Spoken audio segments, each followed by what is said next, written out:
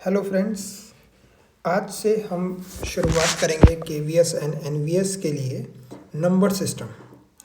मैं day by day regular basis पे daily एक लेक्चर लेके आता रहूँगा जिसमें हम मैथ्स का जनरल मैथ्स वाला न्यूमेरिकल एबिलिटी वाला पोर्शन हम कंप्लीट करेंगे। आज मैं नंबर सिस्टम में जो लेके आया हूँ उसमें हम 20 से 30 क्वेश्चन करेंगे, है ना। तो शुरू करते हैं क्लास। सबसे पहला क्वेश्चन है a fraction is greater than twice its reciprocal by 7/15 what is a fraction. तो हम ये मान के चलते हैं कि जो फ्रैक्शन है ना, वो फ्रैक्शन मुझे तो पता नहीं है, तो मैंने क्या करा, उस फ्रैक्शन को मान लिया x। क्या माना, उस फ्रैक्शन को x मान लिया। अच्छा, बोला क्या, अ fraction is greater than twice reciprocal. तो इसका रेसिप्रोकल कर लें पहले और उसका ट्वाइस कर लें, है ना। तो रेसिप्रोकल हो गया ये, और ट्वाइस मतलब मल्टीप्लाई 2, यानी फ्रैक्शन जो आपका बन गया है, जो आपका फ्रैक्शन बन गया है वो बन गया 2/x। ये फ्रैक्शन बन गया। अब इसी चीज़ को बोला है कि the fraction is greater than twice, यानी ये जो फ्रैक्शन आपको पता था पहले वो हमारा x ग्रेटर देन है 2/x से कितना ज़्यादा है, तो 7/15। ठीक है। अब ये जो वैल्यू आई है, बस अब आपको इसको सॉल्व करना है। अगर मैं इसके लिए सॉल्व करूं तो क्या होगा, x² minus 2/x is equal to 7/15। Cross multiply कर लेते हैं, है ना। क्रॉस मल्टीप्लाई करेंगे तो कितना आएगा, 15x² minus 30 is equal to 7x। यहाँ से हमारी जो इक्वेशन बन गई 15x² minus 7x minus 30 is equal to 0। ये हमारी बन गई क्वाड्रेटिक इक्वेशन। क्या बन गई है, क्वाड्रेटिक इक्वेशन। अब यहाँ से हम इसको सॉल्व करेंगे। ये थोड़ा हो सकता है ये क्वेश्चन का आंसर लेंदी लगे आपको, लेकिन अगर हम हिट एंड ट्रायल मेथड करेंगे, अगर हमने यहाँ से ट्राई किया तो इसकी कोई गारंटी नहीं है कि यहाँ से हमारा कितनी बार में आए, है ना। लेकिन अगर मैं यहाँ सॉल्व करूँ तो ये इसका प्रोडक्ट करेंगे तो कितना आएगा, 30 × 15। इसके करेंगे हम प्राइम फैक्टराइजेशन। अब प्राइम फैक्टराइजेशन देखें इनकी, तो हम ज़रूरी नहीं है, देखिए आप बिल्कुल अगर नहीं आता है तब तो हम क्या करेंगे कि इसको मल्टीप्लाई करके दोनों को और प्राइम फैक्टराइजेशन करेंगे। लेकिन जिसको थोड़ा बहुत भी आता है तो वो इसको पता होगा कि इनका प्रोडक्ट है, तो इसका मतलब इन्हीं के फैक्टर्स बना लेते हैं, है ना। तो 30 के जो फैक्टर बनेंगे 3 × 2 × 5, और यहाँ 15 के बनेंगे 3 × 5। अब इन्हीं को हम रीअरेंज करके ऐसे दो नंबर बनाएंगे जिनका प्रोडक्ट तो यही आएगा, है ना। लेकिन ऐड या सब्ट्रैक्ट करें तो -7 आए। यहाँ से दो वैल्यू मिलती हैं अपनी, है ना। एक करके देखते हैं, ये 25 ले लें अगर हम, और ये कितना हो जाएगा 18 ले लें। क्या ये पॉसिबल दिख रहा है, बिल्कुल पॉसिबल दिख रहा है। कैसे, अगर मैं इसको माइनस का ले लूँ, इसको प्लस का ले लूँ, तो देखो मल्टीप्लाई करूँगा तो माइनस का ये वैल्यू आएगी, और अगर मैं इसको ऐड करता हूँ तो -7 आएगा। बिल्कुल ठीक है। तो यहाँ से हम क्या करेंगे, मैं थोड़ा सा ये पार्ट को यहाँ से हटा देता हूँ और आगे करते हैं इसका क्वेश्चन।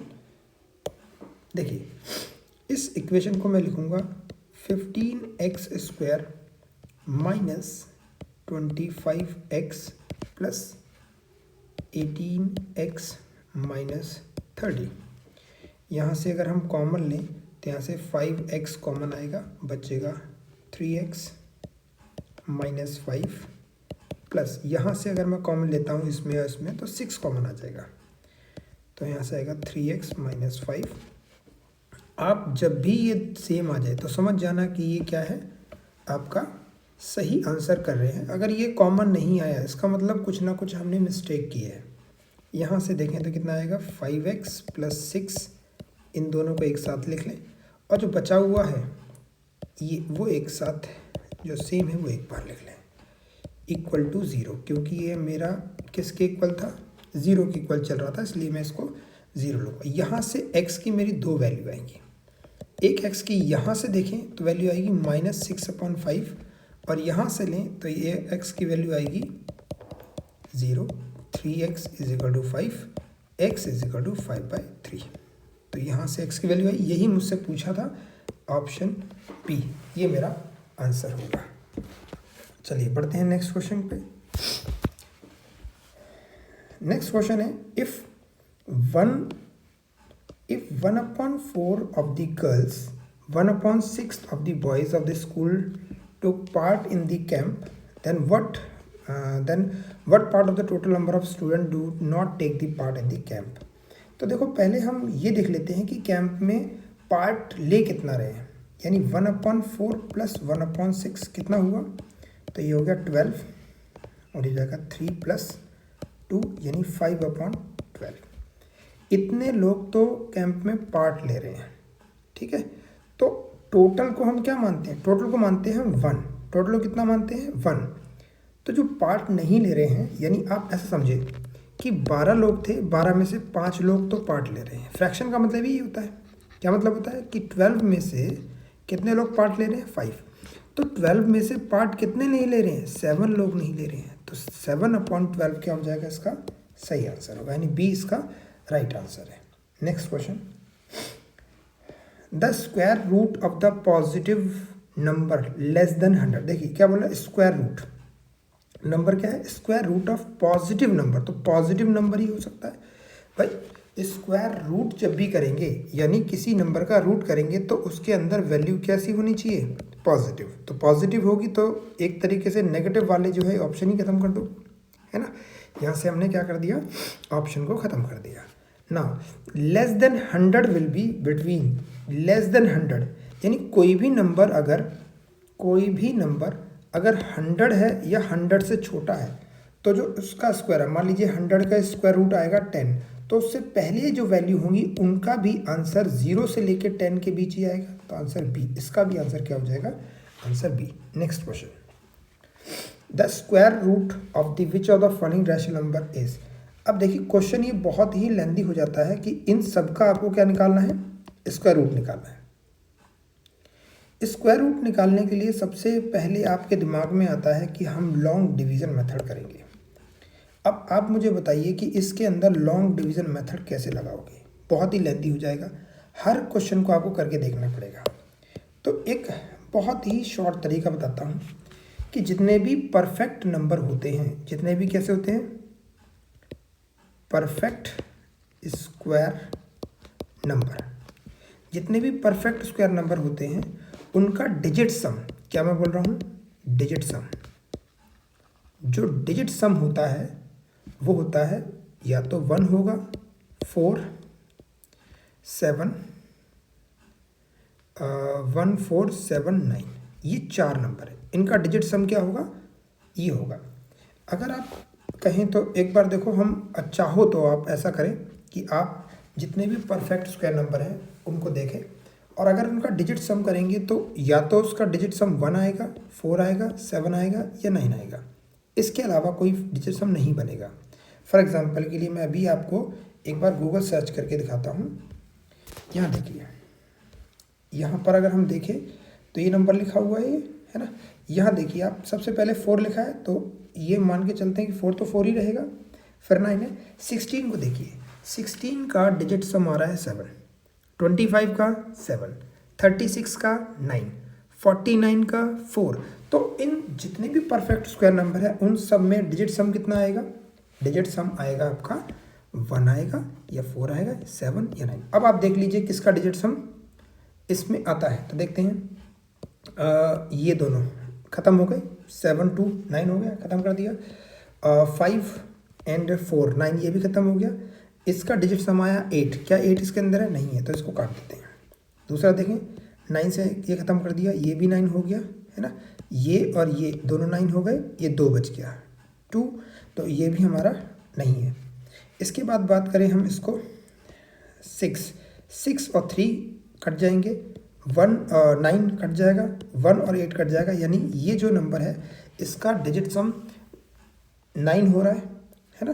तो ये पॉसिबल है। अब देखते हैं लास्ट वाले को, 6 3 9 हो गया, है ना। अगर मैं इन दोनों की बात करूं, सम 10 10 और ये कितना हो गया 10 और 4 14, 14 का डिजिट सम क्या आएगा 5, तो ये भी नहीं है। तो आपका ऑप्शन क्या होगा, सी इज आपका राइट आंसर होगा। बात करें नेक्स्ट क्वेश्चन की, the sum of 3 consecutive natural number divisible by 3 is 45। तो हम ऐसा करते हैं कि ये जो नंबर है x, लेट कर लेते हैं कि x एक नंबर है जो कि 3 से डिविजिबल है। तो आप मुझे बताइए नेक्स्ट नंबर क्या होगा, नेक्स्ट नंबर जो 3 से डिविजिबल होगा वो x + 3 होगा। इससे अगला नंबर जो होगा वो x + 6 होगा, है ना, क्योंकि उसने क्या बोला है 3 consecutive natural number divisible by 3, तो 3 नंबर वो भी कॉन्जिक्यूटिव होनी चाहिए, तो ये हो गए। अच्छा, इन तीनों का जो सम है वो कितना होना चाहिए 45, तो इन सबका क्या कर दें, इन सबका सम करते ही आएगा 45। तो ये कितना हो जाएगा 3x + 9 = 45, 3x = 45 - 9, 3x = ये कितना हो जाएगा 36, तो x की वैल्यू कितनी आ गई 12। और आपसे यही पूछा था, क्या पूछा था, स्मॉलेस्ट नंबर, तो स्मॉलेस्ट नंबर क्या था x की वैल्यू आ गई 12, answer is D. Next question, इसमें मतलब find the last digit of the expression this. अब इसको जरा समझते हैं एक बार, इसमें थोड़ा लेंथी हो सकता है कि आपको लेंथी लगे, लेकिन कोशिश करते हैं इसको शॉर्ट में करने की। आपने 10th क्लास में एपी पढ़ा होगा, अर्थमेटिक प्रोग्रेशन, या आपको ये नहीं पता तो कोई बात नहीं है, आप नेचुरल नंबर जो होते हैं उनका सम, यानी अगर मैं बात करूं कि जितने भी आपके नंबर हैं, है ना, उनका जो एपी फॉर्म होती है, जैसे अभी हमने क्वेश्चन किया है क्या, अभी तक हमने एपी का कोई भी क्वेश्चन नहीं किया है, यहाँ पर एपी लग रही है, कोई दिक्कत नहीं, लास्ट डिजिट चाहिए हमें, तो हम देखते हैं कि नंबर कितने हैं ऐसे 13, यानी हम अगर बात करें तो 3 को छोड़ दें जो 2 डिजिट है, उसके अलावा हमने सारे नंबर्स ले लिए हैं जो कि 103 तक है। अगर हम ये देखें कि नंबर ऑफ टर्म्स कितनी है, ये नंबर ऑफ टर्म्स कितनी है, तो इसके लिए फार्मूला होता है लास्ट टर्म का फार्मूला a + n(a)(n-1) यानी nth टर्म का एक फार्मूला होता है जिसमें nth क्या होता है लास्ट टर्म, यानी 1003 = a13 है प्लस n-1, और d देखो कितना आ रहा है, d हमारा है 10 d आ रहा है।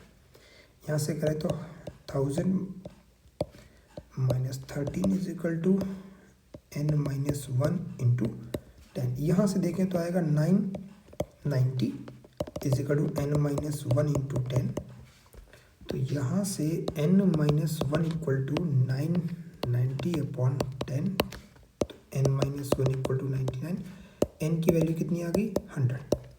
n की वैल्यू अगर 100 है तो आप सोचिए कि अगर हम सब टर्म्स को ऐड करेंगे, यानी अगर सारी टर्म्स को हम ऐड करेंगे तो ऐड करने पे लास्ट में सबका 3 3 3 3 3 3 अगर होता है, और ये कितने बार आएगा 100 टाइम्स आएगा, कितनी बार आएगा 100 टाइम्स। तो इन सबको अगर मैं ऐड करता हूँ तो एक तरीके से मैं ये कह दूँ कि 100 × 3, लास्ट में तो इतना ही आएगा, है ना। तो ये जो लास्ट में लास्ट डिजिट क्या हो जाएगी, फिर इसकी लास्ट डिजिट आपकी हो जाएगी 0। तो यहाँ से जो आंसर क्या आएगा, ए पार्ट आपका राइट आंसर होगा। चलिए नेक्स्ट क्वेश्चन पढ़ते हैं। Find the unit digit, find the unit digit of this. अगर मैं इसमें डायरेक्ट लगाऊं तो देखो मैं डायरेक्ट 0 लगा सकता हूं, क्यों, देखिए 1 3, आप कोई भी नंबर लो, कंटिन्यूस नंबर आपके 13 से शुरू हो रहे हैं, 113 से और कहाँ तक जा रहे हैं 125 तक जा रहे हैं, 123 तक जा रहे हैं।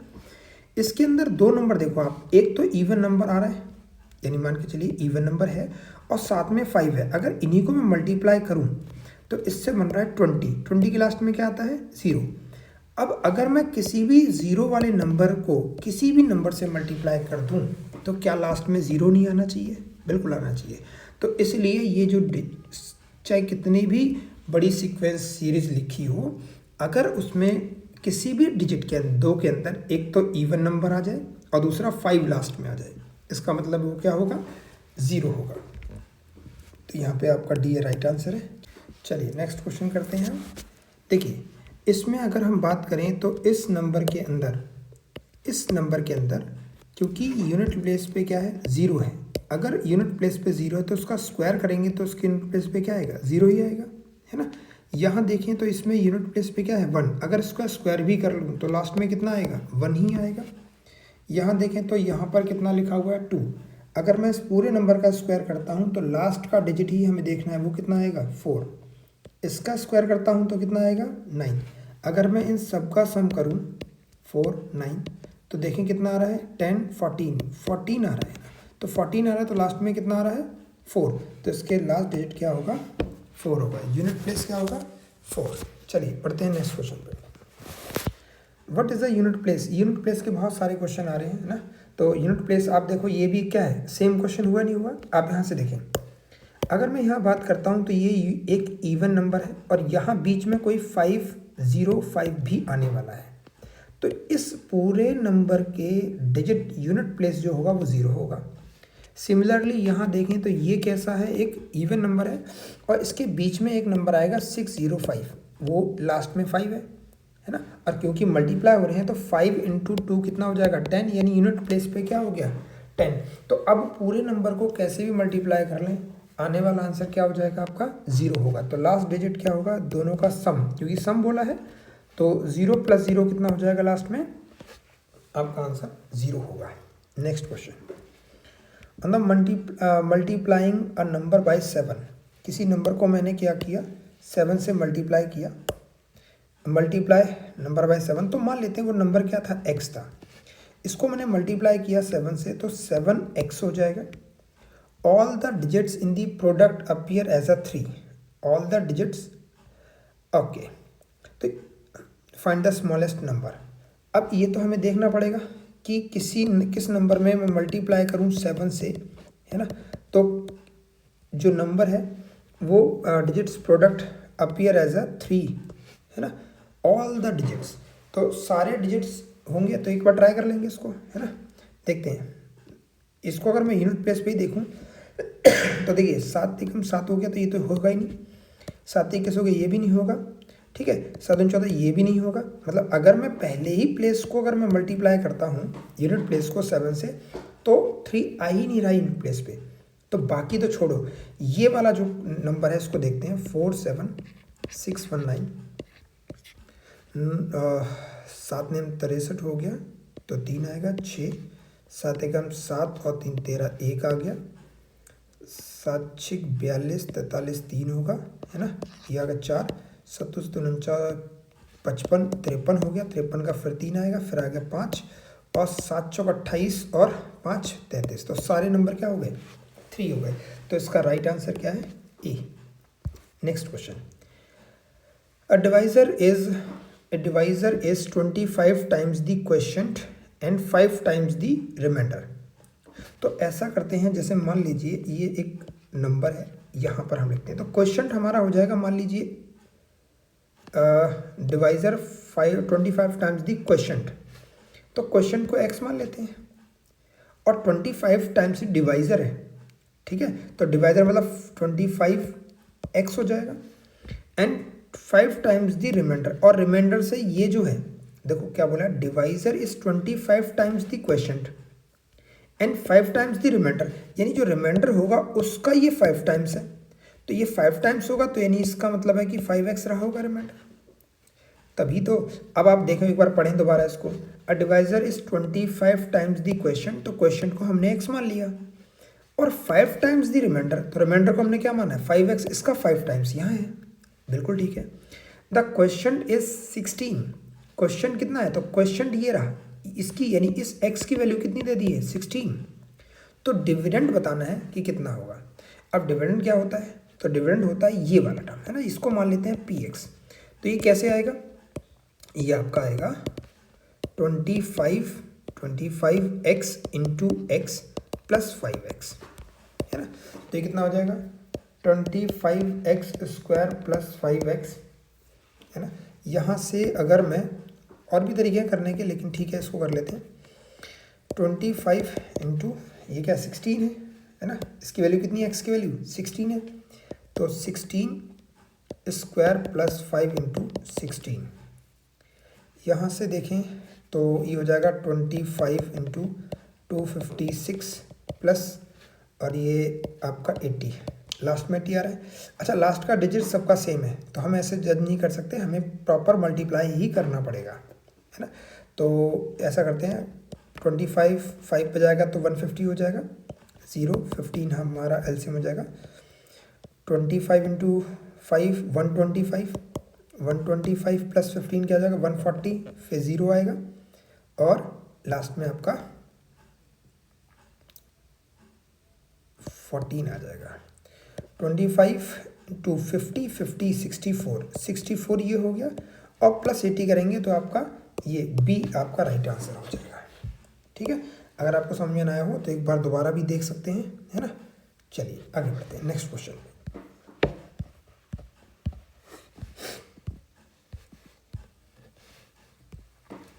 अगला क्वेश्चन है, इफ 10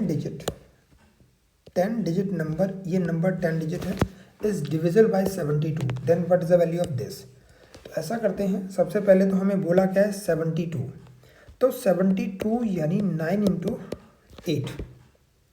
तो यहाँ से हमें दो चीज़ देखो, अगर मान लो मैं 9 का रूल लगा भी देता हूँ तो x और y की टर्म्स में वैल्यू आएगी, जो कि ठीक नहीं है। सबसे पहले हमें चेक करना पड़ेगा कि 8 के लिए डिविजिबिलिटी रूल क्या होता है।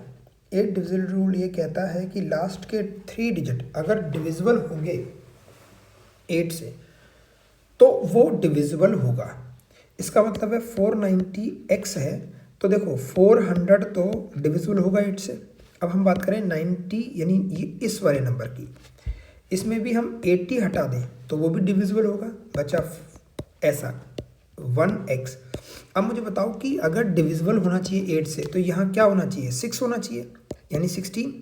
तो इसका मतलब ये हुआ 496। अगर हम देखें तो ये डिविजिबल किससे है, ये नंबर डिविजिबल है हमारा 8 से। इसका मतलब x हमारा क्लियर हो गया, x हमारा क्लियर हो गया। क्या हो गया x की वैल्यू आ गई 6। अब अगर x की वैल्यू 6 आ गई, अब जरा देखते हैं 4 5 2 3 y 1 7 4 9 6। अब लगाते हैं 9 का डिविजिबिलिटी रूल। 9 का डिविजिबिलिटी रूल ये कहता है कि जिसका डिजिट सम 9 होगा वो डिविजिबल होगा 9 से। तो यहाँ से देखें तो ये जो है 9 काट देते हैं क्योंकि सम 9 हो गया।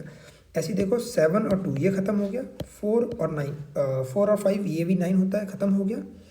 इसका देखो 6 एंड 3 ये भी 9 हो गया। इसका मतलब है y प्लस ये दोनों कितना हो गया 5 इज इक्वल टू 9 होना चाहिए, यानी y की वैल्यू यहाँ से कितनी आ गई 4। y की वैल्यू कितनी आ गई 4। और हमसे बोला क्या है, हमें बताना है 5x माइनस 4y। तो 5 इंटू x कितना है 6, 4 इंटू वाई कितना है 4, तो आ जाएगा 30 माइनस 16 जो कि वैल्यू कितनी आ गई 14। तो आपका बी इज़ राइट आंसर। चलिए बढ़ते हैं नेक्स्ट क्वेश्चन पे। इफ़ दी 7 डिजिट नंबर, ये भी 7 डिजिट नंबर है ना। यहाँ अगर देखें तो ये 88 है, 88 के फैक्टर बनाएंगे तो 11 इंटू 8 दोबारा वही नंबर बना, यानी ये जो है 8 का सबसे पहले चेक करेंगे तो 8 के लिए क्या होना चाहिए, ये डिविजिबल होना चाहिए 8 से। और अभी अभी जस्ट हमने इससे पहले वाले क्वेश्चन में भी देखें तो इसमें भी लास्ट में 49x था और यहाँ भी क्या है 49y है। तो इस क्वेश्चन के अंदर अगर हम देखें तो 496 होना चाहिए, यानी y की वैल्यू हमारी कितनी आ गई 6। अब लगाते हैं इसमें डिविजिबिलिटी रूल किसका 11 का, ये 6 है।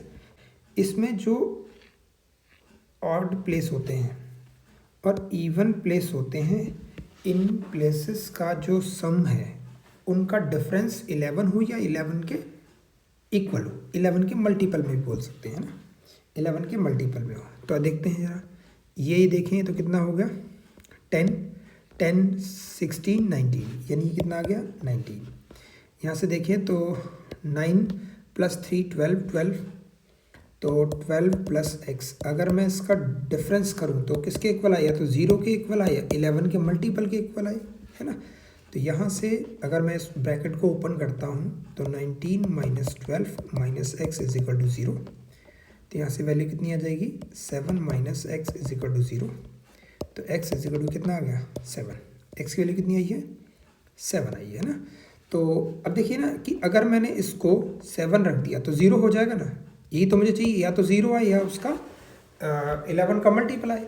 तो x की वैल्यू 7 आ गई है। अब हम देखते हैं वैल्यू क्या चाहिए थी मुझे, x प्लस वाई। तो x की वैल्यू कितनी थी 7, x की वैल्यू क्या थी मेरे लिए 7, तो इनका सम चाहिए x प्लस वाई, कितना आ गया 13, तो b इज़ राइट आंसर।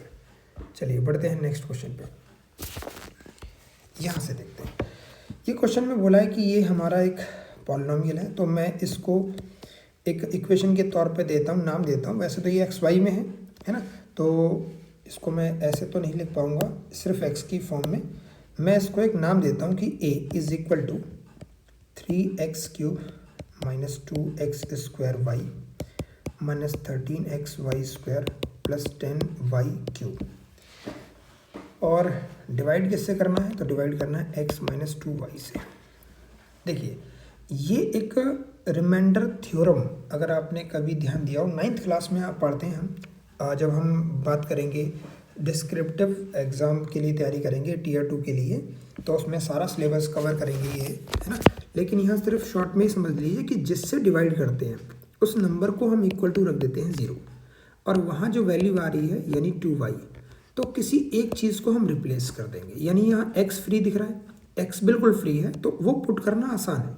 हम 2y को फ्री करें तो हमें ऐसा करना पड़ेगा कि x/2 is equal to Y. या तो आप y की जगह x/2 लिख दो, या आप x की जगह 2y लिख दो, कुछ भी लिख दो। जो आंसर आएगा, इसको पुट करने के बाद जो आंसर आएगा वही आपका क्या होगा, रिमाइंडर होगा। तो देखिए क्योंकि मैं x को रिप्लेस कर रहा हूँ, तो हर जगह से x को रिप्लेस कर दूंगा 2y³ minus 2y² minus 13 2y² plus 10y³ मैं थोड़ा सा यहाँ से हटा देता हूँ ये चीज़, अब है ना, अब आपको याद हो गई ये चीज़, ठीक है, इससे आपको कंफ्यूजन ना हो। देखिए अगर मैं यहाँ देखता हूँ तो 3 इंटू ये कितना हो जाएगा 8y³ minus 2 into 4y² into y minus 13 into 2y² plus 10y³। यहाँ देखें तो ये कितना हो जाएगा 24y³ minus 8y³ minus 26y³ और प्लस 10y³। अगर हम प्लस वाली टर्म्स को देखें तो इनका सम कितना हो रहा है 34, यानी 34y³ माइनस, और ये दोनों माइनस के हैं, और इनका सम भी कितना हो रहा है 34y³, 34y³, तो सम कितना आ जाएगा 0 हो जाएगा, है ना। तो आंसर कितना होगा 0। चलिए बढ़ते हैं नेक्स्ट क्वेश्चन पे। Find the total number of factor. हमें क्या करना है, टोटल नंबर ऑफ फैक्टर निकालने हैं। तो टोटल नंबर ऑफ फैक्टर का एक फॉर्मूला होता है, उसके लिए हमें सबसे पहले करना पड़ेगा इसका प्राइम फैक्टराइजेशन। तो प्राइम फैक्टराइजेशन, जैसा मैंने आपको सबसे स्टार्टिंग की क्वेश्चंस में कहा था कि ज़रूरी नहीं है कि आपको प्राइम फैक्टराइजेशन पूरा करना पड़े, है ना, लेकिन ऐसा नहीं हर किसी को आता हो, तो हम इस क्वेश्चन में प्रॉपर प्राइम फैक्टराइजेशन करते हैं। 10500 2 से डिवाइड करते हैं, 5250 2625, 2 से इतना ही जाएगा। उसके बाद 5 से दिख रहा है कटता हुआ, तो 5 से कर लेते हैं पहले। 5 एकम 5 पंजे 25, 5 दूनी 10 और 5 पंजे 25, फिर 5 से जा रहा है तो 5 एकम 5 5 0 5 पंजे 25, फिर 5 से जा रहा है 21 आ जाएगा, ठीक है। फिर 3 से देखते हैं तो 3 7 पे जाएगा और 7 से फिर 1 पे चला जाएगा, यानी 10500 इज इक्वल टू 2 की पावर 2 इंटू 3 देखें तो 3 की पावर 1 इंटू फिर क्या आएगा 5 की पावर कितनी है तो 3 आ रहे हैं, तो 3 इंटू 7 की पावर 1। देखिए टोटल नंबर ऑफ फैक्टर की बात कर रहे हैं यहाँ पे, तो टोटल नंबर ऑफ फैक्टर की बात करें तो जितनी पावर है ना उन सबको एक एक ऐड करके क्या कर दो, मल्टीप्लाई। 2 है तो 3 इंटू 2 इंटू ये 3 लिखा है ना, 4 इंटू और ये 1 है तो 2, क्या आ रहा है देखो 8 इंटू 2 16 इंटू 3 कितना हो गया 48, तो 48 आपका राइट आंसर है, option C is right answer. चलिए बढ़ते हैं नेक्स्ट क्वेश्चन पे। If a 6 digit number is form by the repeating the 2 digit, अगर रिपीटिंग 2 डिजिट अगर हर डिजिट को रिपीट हो रहा है, मतलब ऐसा मानिए कि क्या बोला है, 6 डिजिट नंबर, कितना डिजिट 6, और 2 ही डिजिट हैं जो रिपीट हो रहे हैं, इसका मतलब ऐसा मान लो ए बी और ए बी ऐसा लिखा हुआ है। अगर मैं प्लेस वैल्यू के हिसाब से देखूं तो इसमें आपको ये नज़र आ रहा है जैसे ए बी इंटू इस नंबर को मैं क्या करूं 10040 है ना, क्योंकि 4 प्लेस हैं 4 0 प्लस इसको देखूं तो A B into 100 plus A B ऐसा लिख सकता हूं मैं, है ना। जैसे आप ऐसा समझिए, मैं दूसरा एक और क्वेश्चन लेता हूँ ऐसी जनरल, जिससे आपको क्लियरिटी हो बेटर। 2 3 4 5 है, तो इस नंबर को मैं ऐसे लिखता हूँ ना 2 into 1000 plus 3 into 100 plus 4 into 10 plus 5, ऐसे ही करते हैं ना। यूनिट प्लेस वाले को हम डायरेक्ट लिखते हैं, बाकी टेंस प्लेस है तो 4 इंटू 10, 100 प्लेस है तो 3 इंटू 100, तो इस तरीके से करते हैं। क्योंकि यहाँ पे सेम नंबर है इसलिए मैंने इस नंबर को इस तरीके से लिया है ए बी करके, है ना। अब आप देखिए, इसमें अगर मैं सबके अंदर से ए बी कॉमन ले लूँ तो ए बी अगर मैं कॉमन ले लेता हूँ तो क्या बनेगा 140 प्लस 1 ये बनेगा। अगर इसका मैं एडिशन करता हूँ तो ये बनता है 10101, ठीक है। कितने 5 डिजिट है ना, 5 डिजिट, तो ये इंटू ये। अब मुझे बताइए कि जो ये नंबर है ये किसका मल्टीपल है ना, इसका मल्टीपल हुआ। और हमसे क्वेश्चन भी क्या पूछा है, 3 times number will be divisible by, तो डिविजिबल बाय मतलब हमने अगर फैक्टर बना लिए तो ये दिख रहा है तो या इससे डिविजिबल है और इससे भी डिविजिबल है। अब ये आंसर दिख रहा है, बिल्कुल डी इज राइट आंसर। हो सकता है इस क्वेश्चन के अंदर आपसे इस नंबर को, यानी कोई भी 2 डिजिट है, अगर कोई भी 2 3 है तो वो हो सकता है वो 2 डिजिट भी दे दिए होते, है ना, सीक्वेंस के साथ, तो हम वो भी लगा सकते थे अगर वो दिया होता। लेकिन कुछ भी नहीं दिया है तो हम जनरली मान के चलते हैं कि यही नंबर फिक्स है, ये दोनों फिक्स नहीं है, ठीक है। चलिए नेक्स्ट क्वेश्चन पे। A quantity x varies inversely as a square of the y, as square of the y। देखिए, इनवर्सली और डायरेक्टली प्रोपोर्शनल, इनवर्स और डायरेक्ट प्रोपोर्शन ऐसे मानिए जैसे मैंने ये बोला कि force is equal to M A होता है ना। ये आपने पढ़ा होगा सभी को, जहाँ तक है याद है, न्यूटन्स का लॉ है ना, फोर्स का जो न्यूटन्स का लॉ है वो है। अगर इसमें मैं मास को बढ़ा दूँ तो फोर्स बढ़ेगा, अगर मैं मास को बढ़ाता हूँ तो फोर्स बढ़ेगा, इसी को बोलते हैं डायरेक्टली प्रोपोर्शनल। क्या बोलते हैं, डायरेक्टली प्रोपोर्शनल। लेकिन अगर मैं इसके अपोजिट एक बात करूँ, जैसे distance is equal to speed into time होता है, और यहाँ से जो स्पीड आएगी वो डिस्टेंस अपॉन टाइम आएगी। तो अगर मैं डिस्टेंस की बात करूँ, अगर डिस्टेंस बढ़ेगा तो स्पीड भी क्या हो जाएगी, भाई पर्टिकुलर टाइम फिक्स कर दिया मैंने एक चीज़, अगर ये मैंने फिक्स कर दी है तो डिस्टेंस बढ़ेगा तो स्पीड भी बढ़नी चाहिए सेम टाइम पे पहुँचने के लिए। लेकिन अगर मैं टाइम को बढ़ा दूँ तो स्पीड कम हो जाएगी, है ना। तो जो टाइम है वो स्पीड के इन्वर्सली प्रोपोर्शनल है और जो डिस्टेंस है वो डायरेक्टली प्रोपोर्शनल है। अब यहाँ पर हम फोर्स वाले को दोबारा अगर एग्जांपल माने तो इसके अंदर भी देखो आप, force is equal to M A होता है, तो अगर एक्सेलरेशन निकालना होगा तो एफ बाई एम भी तो होगा ना।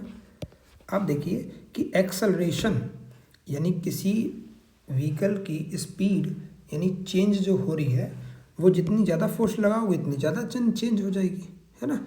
तो अगर मास की बात करें तो मास कम हो जाएगा तो ये एक्सेलरेशन बढ़ जाएगा। यानी आप खुद सोचो, जो हल्की चीज़ है उसको आप जल्दी से मूव करा देते हो, है ना। तो उसी तरीके से अब यहाँ पर मूव कराने का मतलब स्पीड से बिल्कुल नहीं है, मैं कह रहा हूँ चेंज, एक्सेलरेशन। अब हम यहाँ पे ये पढ़ने नहीं बैठे, बस इतना समझ लो कि अगर जिसके बढ़ाने से, एक चीज़ के बढ़ाने से दूसरी चीज़ भी बढ़े तो वो डायरेक्टली होगा, और एक चीज़ को बढ़ाने से दूसरी चीज़ कम हो जाए तो उसको इन्वर्स कहेंगे। और यहाँ पर यही बोला है, इन्वर्सली प्रोपोर्शनल, है ना। तो यहाँ से देखें तो x is inversely proportional to क्या बोला, स्क्वायर ऑफ दी y, यानी 1/y²। इसी प्रोपोर्शनलिटी के साइन को हटाने के लिए हमने लिखा x इजिकल टू के 1/y²। अब देखिए पहला कैसे, given that the x is equal to this, y is equal to this, तो यहाँ रख देते हैं। x की वैल्यू कितनी है 4, k और y की वैल्यू कितनी है 3, तो 3 यानी 9 हो गया। यानी k की वैल्यू कितनी होगी 36, यहाँ से k की वैल्यू कितनी आ गई 36। अब अगेन दोबारा यही फॉर्मूला अप्लाई करते हैं, x is equal to k/y²। यहाँ से हमें y दिया है और हमें x निकालना है, तो x is equal to k की वैल्यू हम निकाल चुके हैं 36, y की वैल्यू कितनी है 6, तो 6 इंटू स्क्वायर करेंगे तो 36/36 आंसर आ गया 1, तो बी इज़ राइट आंसर। ठीक है, अगर किसी को समझ में नहीं आया तो दोबारा इस क्वेश्चन के आंसर को देख लें, आपको क्लियर हो जाएगा। चलिए नेक्स्ट क्वेश्चन बढ़ते हैं। Find the smallest among the following. ये जितने भी दिए हैं इनमें कौन सा नंबर सबसे स्मॉलेस्ट है। तो देखिए इन सबको अगर हम बात करें इन सबकी, तो अगर जिसका बेस सेम हो जाए, है ना, पावर डिफरेंट हो तो भी आसान है ना, लेकिन ना तो इसमें बेस सेम है ना पावर सेम है, तो हम ऐसा करते हैं, बेस का तो हम सेम नहीं कर सकते हैं ना, लेकिन पावर सेम कर सकते हैं। कैसे कर सकते हैं, देखो इसको हम लिखेंगे 12 की पावर 1/6, 4 की पावर 1/3, 5 की पावर 1/4 एंड 3 की पावर 1/2। अगर हम इस फ्रैक्शन की बात करें, जितना भी ये फ्रैक्शन दिख रहा है, अगर मैं इसको बराबर बनाना चाहूँ इस फ्रैक्शन को, क्या 1/6, 1/3, 1/4, 1/2। अगर हम नीचे डिनोमिनेटर की बात करें तो इसमें डिनोमिनेटर के जो नंबर है उनका एलसीएम आएगा 12, यानी हम 12 बना लेते हैं सबका डिनोमिनेटर। इसका 12 बनाना हो तो क्या करेंगे, ऊपर नीचे 2 से मल्टीप्लाई, इसको 4 से मल्टीप्लाई, इसको 3 से मल्टीप्लाई और इसको 6 से, तो ये बन जाएगा 2/12, 4/12, 3/12 और ये बनेगा 6/12। ठीक है, अब काम ये करते हैं, ये हमें मिल चुके हैं कि हम क्या इसका फ्रैक्शन रखेंगे, तो ऐसा करते हैं, लिखते हैं इनका फ्रैक्शन 12 की पावर 2/12, 4 की पावर 4/12, 5 की पावर 3/12 एंड 3 की पावर 6/12। जिस तरीके से हमने इसको ओपन किया ऐसे लिखा, इसका मतलब हम इसको भी हम फर्दर और लिख सकते हैं, है ना। तो चलिए देखिए, अगर मैं इसको लिखना चाहूँ तो क्या मैं इसको ऐसे लिख दूँ, 12 स्क्वायर की पावर 1/12, है ना, कर सकते हैं, क्योंकि आपको पता है कि पावर की पावर मल्टीप्लाई होगी। अगर मैं इसको फर्दर और मल्टीप्लाई करता हूँ तो क्या ये यही बन जाएगा, बिल्कुल बनेगा, इसका मतलब मैं इसको ऐसे लिख सकता हूँ।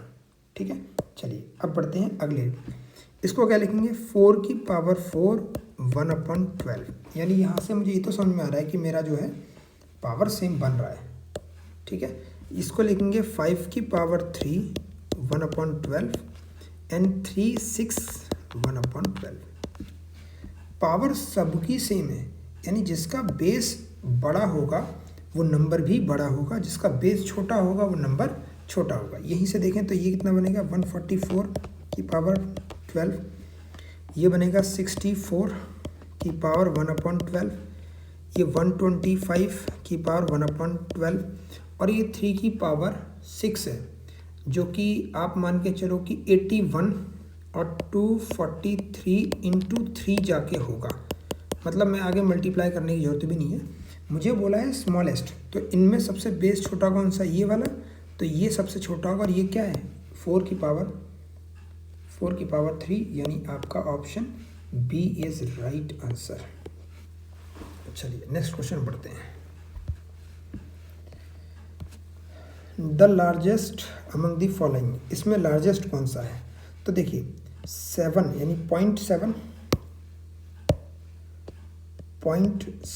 इसको अगर हम नॉर्मल लिखना भी चाहें लिखते हैं, चलो इसको, है ना, 0.7 स्क्वायर, 0.7 रूट और 0.7 बार। इसका मतलब होता है ये, इसका मतलब हो जाएगा 49/100। कैसे भाई, इसका स्क्वायर करोगे तो 49 आएगा, 49 आएगा। पॉइंट कितने के बाद है, 1 के बाद, स्क्वायर में 2 के बाद पॉइंट होगा तो ये यहाँ हो जाएगा। इसके बाद ये जो नंबर है भाई, आप खुद सोचो, जो स्क्वायर रूट में 7 है उसकी वैल्यू और छोटी हो जाएगी, है ना, तो इसको हम बात ही नहीं करेंगे और ये हो जाएगा हमारा 7/9। ये जो है पूरा प्रॉपर कन्वर्जन है, मैं अभी करा दूंगा, लेकिन थोड़ा सा अभी पहले हम आंसर की बात कर लें कि कैसे होगा। तो देखो इस नंबर को लिखेंगे 49/100, है ना।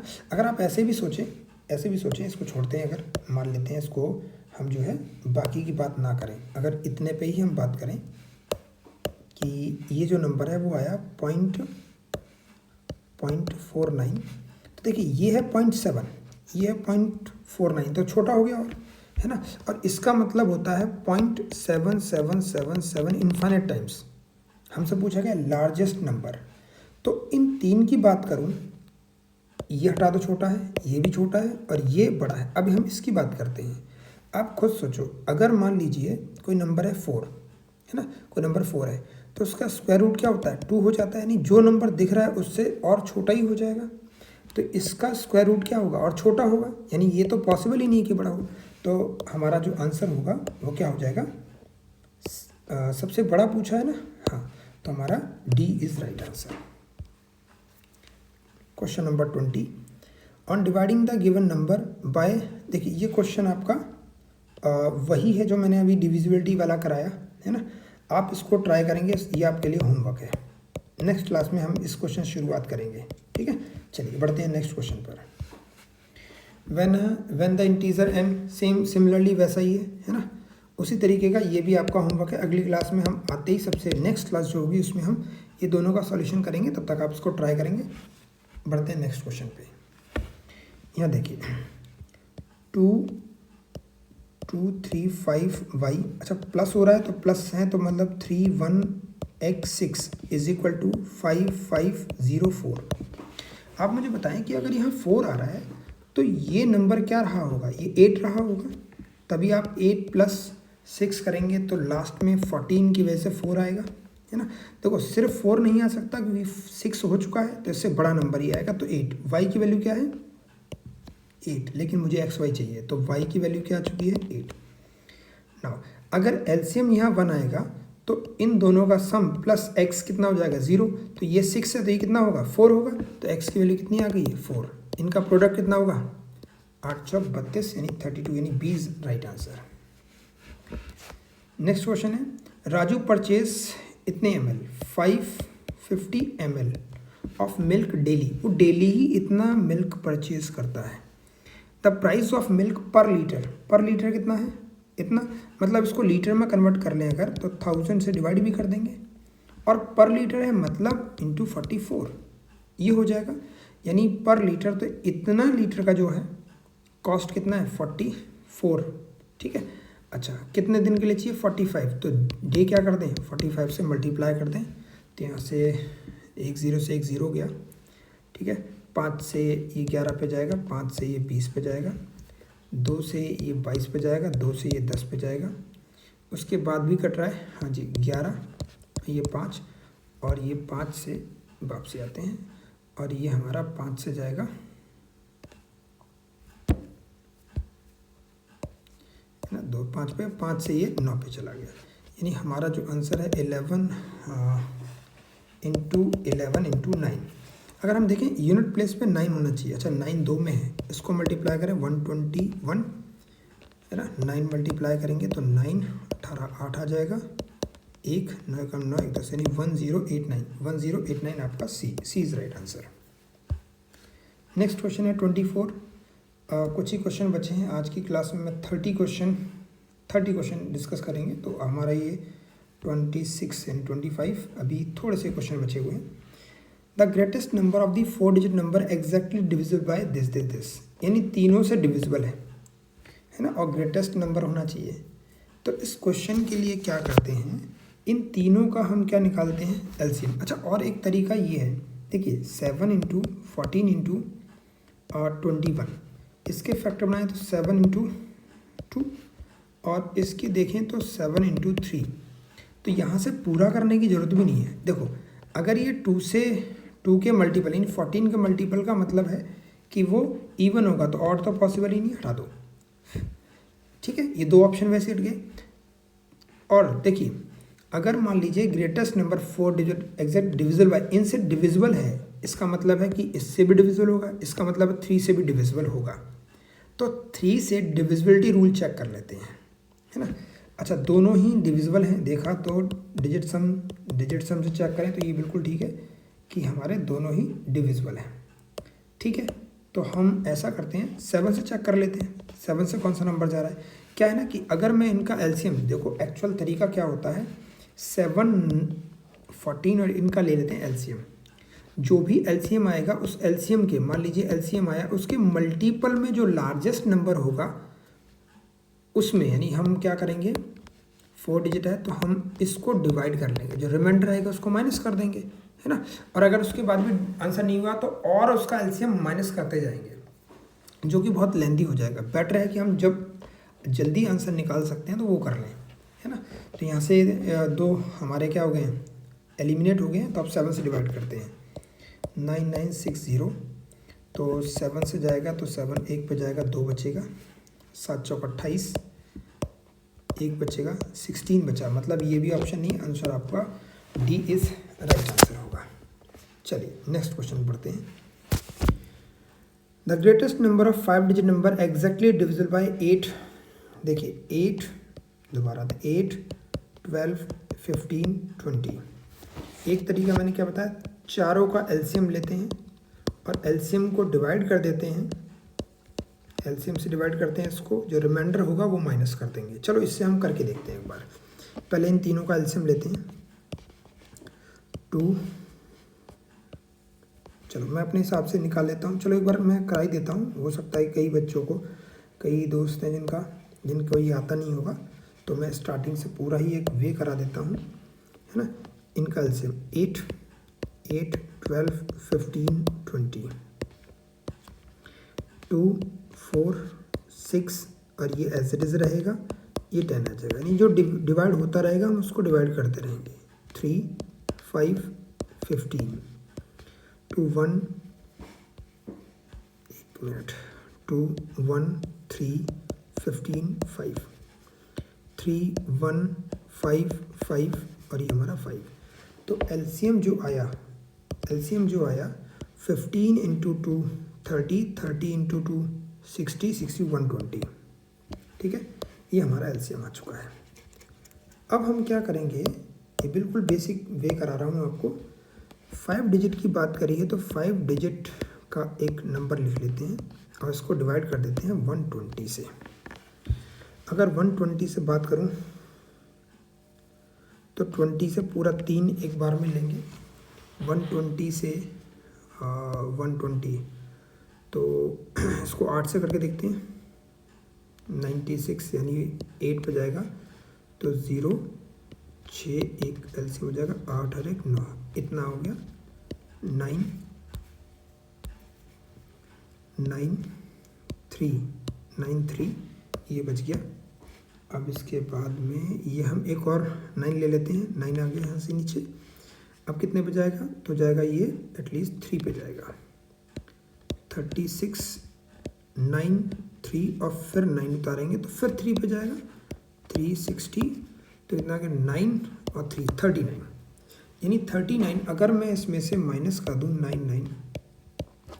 39 अगर मैं माइनस करता हूँ तो आंसर बनता है 6999। क्या ये ऑप्शन के अंदर है 9960, तो 99 ये डी आपका राइट आंसर है।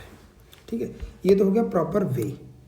इसके अलावा अगर हम शॉर्ट में कर सकते हैं तो वो हम ट्राई कर सकते हैं, वो मैंने बताया कैसे है। देखिए 8 से डिविजिबल हो, है ना, किस नंबर से डिविजिबल हो, 8 से डिविजिबल हो, ये पेन चल नहीं रहा, हाँ 8 से डिविजिबल हो, 12 से, 15 से, 20 से। इसका मतलब है लास्ट में 20 का मतलब है लास्ट में 0 है तो सबसे 0 है ही, वो ठीक है। लेकिन जो 8 से डिविजिबल होता है वो जिसके लास्ट के 3 डिजिट 8 से डिविजिबल है तो वो चेक कर लेंगे, है ना। ज़रूरी नहीं है सब 8 से डिविजिबल हो, जैसे ये डिविजिबल नहीं हो रहा, ये डिविजिबल हो रहा है, ये डिविजिबल हो रहा है क्या, वो चेक कर लेंगे। तो ये तरीका है जैसे कर सकते हैं। बाकी हमारा आंसर डी आ चुका है। चलिए नेक्स्ट क्वेश्चन करते हैं। A student was asked to divide a number by, किसी नंबर को डिवाइड किया x डिवाइडेड बाय 6। ठीक है। And 12 is added to question, तो भाई यही तो क्वेश्चन है, जो आंसर आएगा वही क्वेश्चन है, उसमें ऐड कर दिया 12, ये उसको करना है, ठीक है। ही हाउएवर द फर्स्ट, अच्छा उसने करा क्या कि first add 12 to the number, कोई नंबर होगा उस नंबर में उसने 12 को क्या कर दिया, पहले ऐड कर दिया, then divided by 6 and getting 112 जो है उसको आंसर मिला, ठीक है। तो हम क्या करेंगे, पहले यहाँ से x निकाल लेते हैं, उन्हें गलती करी ना ये, तो यहाँ से पहले x निकाल लेते हैं।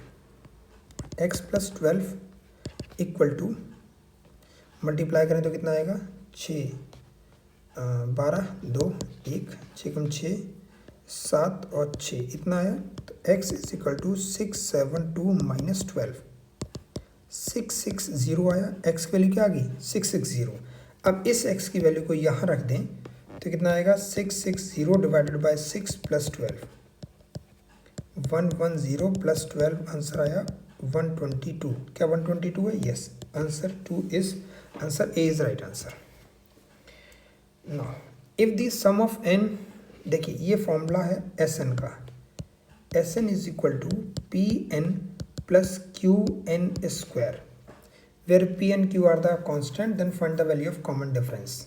देखिए यहाँ से एक चीज़ आपको बताऊंगा कि जो टर्म्स होती हैं A1 A2 A3 ऐसी AN तक जाते हैं, इनका जो डिफरेंस है वो हमारा D होता है। D मतलब कॉमन डिफरेंस, D है मतलब कॉमन डिफरेंस, D हमारा इन दोनों का डिफरेंस या A3 - A2 का डिफरेंस, हम किसी भी कॉन्जिक्यूटिव टर्म्स का डिफरेंस लें वो हमारा क्या होगा, D हो जाएगा, है ना। लेकिन यहाँ Sn दिया है, इसका मतलब मैं S1 निकाल सकता हूँ। S1 लिखूँगा तो n की जगह क्या प्लेस किया है 1, तो इसमें भी n की जगह क्या रख दूँगा 1, तो क्या आएगा P + Q, ये हमारा S1 हो गया। S2 निकालूँ तो क्या हो जाएगा P × 2 + Q × 2², ये आ जाएगा 2P + 4Q। इसको मैं हटा देता हूँ, अब कुछ चीज़ें समझाता हूँ आपको, तब आपको समझ में आएगा। S2 आ गया 2P + 4Q। अब जरा एक चीज़ और समझें, देखिए अगर मैंने 1 2 3 4, अगर मैं सम निकालना चाहता हूँ, ये टर्म्स है ना, तो पहली टर्म जो होगी वो S1 जो होगी 1 होगा। क्या यही आपका A1 है? बिल्कुल सही बात है, फर्स्ट टर्म ही तो है, इसी का सम यही होगा और पहली टर्म भी यही होगी। इसके बाद बात करें S2 का मतलब हो गया 1 + 2, यानी इन दोनों का सम, है ना। तो अगर मैं इस S2 में से माइनस कर दूं S1 को, क्या तो मेरा A2 आएगा। अगर इस 3 में से माइनस कर दूं 1 को, तो क्या 2 आएगा, और जो 2 है वही हमारा सेकेंड टर्म है, यानी जो मेरे पास S2 है, अगर मैं S2 में से माइनस कर दूं S1 को, क्या A2 आएगा? बिल्कुल आएगा। इसमें से इसको माइनस करो ज़रा, 2P + 4Q - P - Q, तो P + 3Q आ गया। ये क्या है, ये मैं मिटा रहा हूँ इस वाले पार्ट को, ठीक है। अगर किसी को लिखना हो तो पहले इसको पॉज कर लें और लिख लें, है ना। तो यहाँ से A1 क्या था, A1 यहाँ, ये जो S1 है वही हमारा क्या होगा, A1 होगा P + Q, और A2 क्या है P + 3Q। A2 - A1 करें तो इसमें से इसको माइनस करेंगे तो ये ख़त्म हो जाएगा, और 3Q - Q कितना हो जाएगा 2Q। तो यही हमारा क्या होगा, डिफरेंस होगा 2Q। तो कॉमन डिफरेंस आपका आंसर कितना आ जाएगा, 2Q is a right answer. Next question, ये सीरीज़ आती है और बहुत ही अच्छी आराम से हो जाती है, बस आपको ये ध्यान रखना है कि इनके बीच में डिफरेंस कितना है। इनके बीच में डिफरेंस कितना है 1। अगर इनके बीच में डिफरेंस 1 है और कॉन्टीन्यूस है तो क्या करेंगे, यहाँ देखिए 1/1 - 1/2। अगर मैं इसको सॉल्व करूँ, इसको मैं सॉल्व करके दिखाता हूँ, तो कितना हो जाएगा 2 2 - 1 यानी 1/2। क्या यही आंसर आ रहा है? बिल्कुल ठीक है। तो इसका मतलब है मैं इसको क्या लिख सकता हूँ, ऐसे लिख सकता हूँ, ठीक है। चलिए आगे बात करते हैं। 1 मिनट, किधर गया क्वेश्चन, ये रहा, ठीक है। देखिए अब इस वाले को क्या लिखूंगा, तो +1/2 - 1/3 प्लस इसको क्या लिखूँगा 1/3 माइनस 1/4। ऐसे ही ये कंटिन्यूस चलता रहेगा और इसके लिए लिखूँगा 1/99 माइनस 1/100। ठीक है, आप ऑब्जर्व करो, हाफ से हाफ गया यानी इस टर्म से अगली टर्म गई, इससे अगली टर्म, यानी मैं लास्ट तक जाऊँगा तो ये टर्म खत्म हो चुकी होगी। बचेगा क्या 1 माइनस 1/100। सॉल्व करें तो कितना आ जाएगा 100 माइनस 1/100 99/100। ये आपका आंसर होगा। ऑप्शन देखें क्या है, सी इज राइट आंसर। ये क्वेश्चन है, कह रहा है when a bounce is raised it 3 और 5 हाइट फ्रॉम द फॉल, जो भी हाइट से गिरा है ना, मान लीजिए ऐसे एग्जांपल के लिए लेते हैं 4 हाइट थी है ना, तो जब इसको बाउंस कराया तो जो वापसी आएगा वो 3 पे आएगा, यानी 3 पे आएगा, मतलब 4 में से 3 ही जंप करेगा 3/4। और ये कितनी बार चलेगा, way fell the ball dropped from the height 32, how will the fire rise of third bounce. Third bounce है ना, थर्ड बाउंस है तो ऐसा करते हैं, ये 32 पर थी तो पहले बाउंस में कितनी हो जाएगी, इतने डिस्टेंस पे आएगी, फिर जो इतना डिस्टेंस आए उसके बाद फिर 3/4, फिर 3/4। ये आपका सही आंसर बनना चाहिए। तो देखते हैं, 4 से जाएगा 8 चौक 32 यानी 8 हो गया, फिर ये जाएगा 2 और फिर ये जाएगा 2, तो कितना हो गया 27/2 यानी 1/2। ऑप्शन में है क्या, option B, option B is right answer.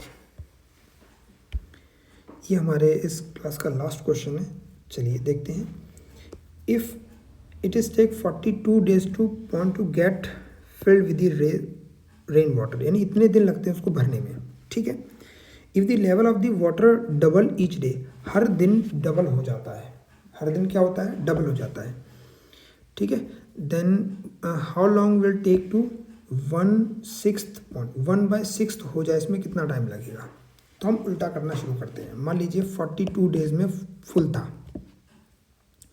तो 41 डेज में ये हाफ होगा। भाई एक दिन पहले हाफ भरा हुआ होगा है ना, उससे एक दिन पहले जो है इस हाफ का भी हाफ कर दें, यानी 1/2 डिवाइडेड बाई 2 कर दें अगर, तो 1/2 इंटू 1/2 कितना आ जाएगा 1/4, यानी 40th डे पे कितना होगा 1/4 रहा होगा। ऐसे 39 पे क्या हो जाएगा 1/8 रहा होगा, मतलब 1/4 का भी हाफ कर दें, और 38 पे 1/16 रहा होगा। तो हमसे पूछा ये है ना कि 1/16 किस दिन पे था, तो 38, तो का आंसर क्या होगा 38 इज आपका सही आंसर होगा। इसी के साथ ये वीडियो, इस जो नंबर सिस्टम की जो मैंने वीडियो बनाई है इसमें 30 क्वेश्चंस थे है ना, तो नेक्स्ट वीडियो कोशिश करूँगा जल्दी आए है ना। ये 30 क्वेश्चंस आप रिवाइज करें, मैं कोशिश करूँगा कि डेली बेसिस पे एक वीडियो अपलोड करता रहूँ। ठीक है फ्रेंड्स, इस वीडियो को यहीं ख़त्म करते हैं। नंबर सिस्टम की ये फर्स्ट वीडियो थी, इसके बाद हम सेकंड पार्ट देखते हैं, अगर नीड पड़ी तो सेकंड पार्ट लाएंगे, नहीं तो नेक्स्ट चैप्टर लेके आएंगे जो भी हमारा सिलेबस के अकॉर्डिंग है। ठीक है, चलिए इसी के साथ गुड बाय।